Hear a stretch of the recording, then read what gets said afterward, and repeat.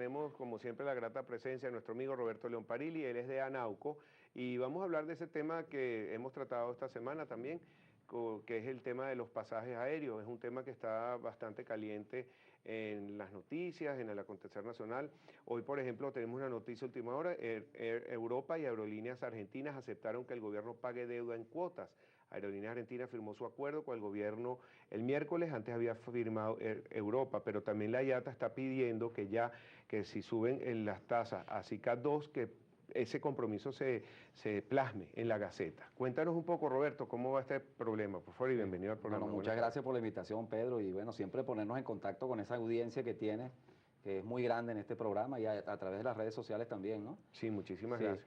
No, mira, el problema es muy grave, más grave de lo que uno lo puede ver superficialmente, porque el problema se ha venido acentuando de manera progresiva. Es decir, los venezolanos hemos tenido dificultades para ejercer un derecho fundamental que está en la Constitución, que es el derecho del libre tránsito, y lo tenemos por varias razones. Una de las razones ha sido el sistema regulatorio que establece cuotas máximas para poder ejercer el derecho a viajar. Un venezolano tiene solo $3.000 al año para poder viajar. Tienes además que tener una tarjeta de crédito, producto financiero que escasamente tienen 3 millones de venezolanos, lo cual imposibilita o discrimina a los que no la tienen.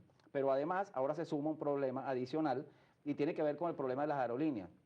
Un problema que todo el mundo, porque es un hecho público y notorio, sabe que se deriva del sistema de control de cambio y de la oportuna liquidación de las divisas que necesitan las aerolíneas, porque operan en un mercado que se paga todo en dólares.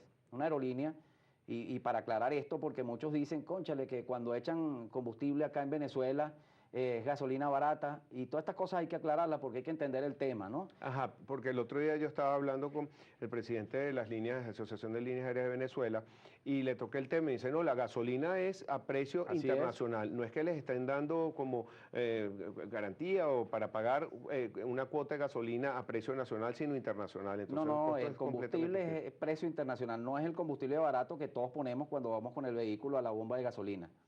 Eso funciona de otra manera.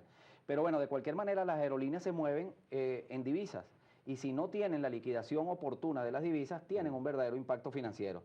¿Qué sucede? Que bueno, que las aerolíneas han cargado sobre los hombros de los usuarios ese problema que tienen con el gobierno nacional. Es decir, es un problema de dos partes, gobierno y aerolíneas. ¿Por qué el usuario termina siempre siendo como la víctima de esta situación y termina sacrificando algo que tiene que es inherente al ser humano, a su libertad, como es viajar? ¿Por qué no? ¿Por qué el venezolano va a tener dificultades para viajar?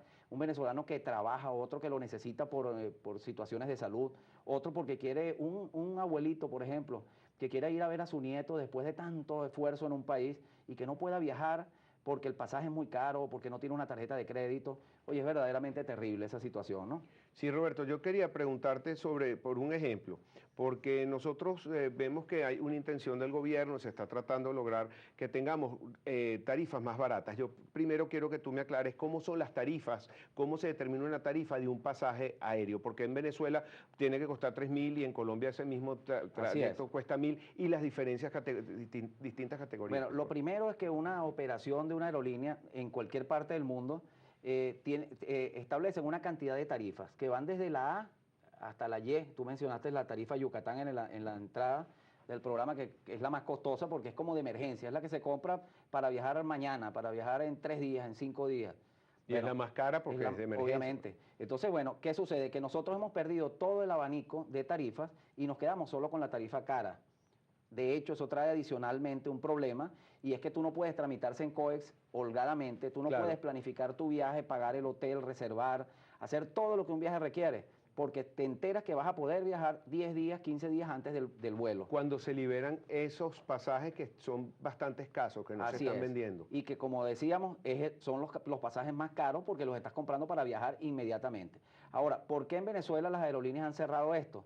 Bueno, porque no tienen confianza, porque les cambian las reglas de juego constantemente, tienen una deuda acumulada que ya supera los 4.000 millones de dólares, que no es cualquier cosa, pero les preocupa también el futuro.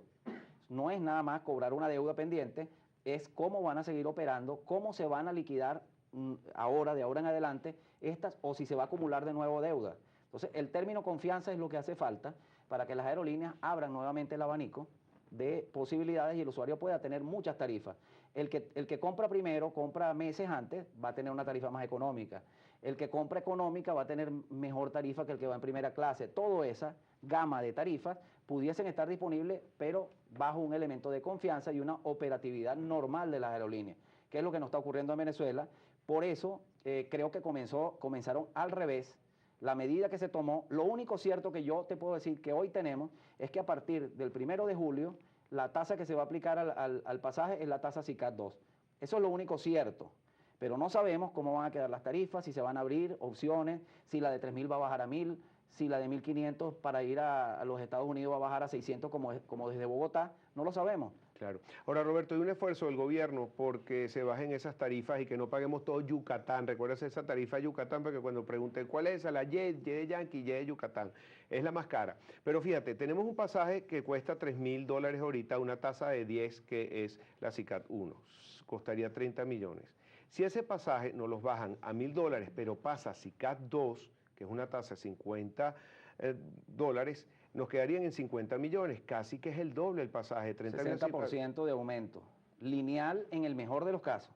Es un gran ejemplo el que está señalando porque es el mismo ejemplo que yo he escuchado en algunos voceros que dicen, no, pero tranquilo, que el de 3.000 va a bajar a 1.000. Bueno, pero es que bajando a 1.000 todavía eso representa para nosotros un aumento del 60%. Para equilibrar y para que sigas pagando los 30.000 bolívares había que bajar ese pasaje de 3.000 a 500 o algo por allí.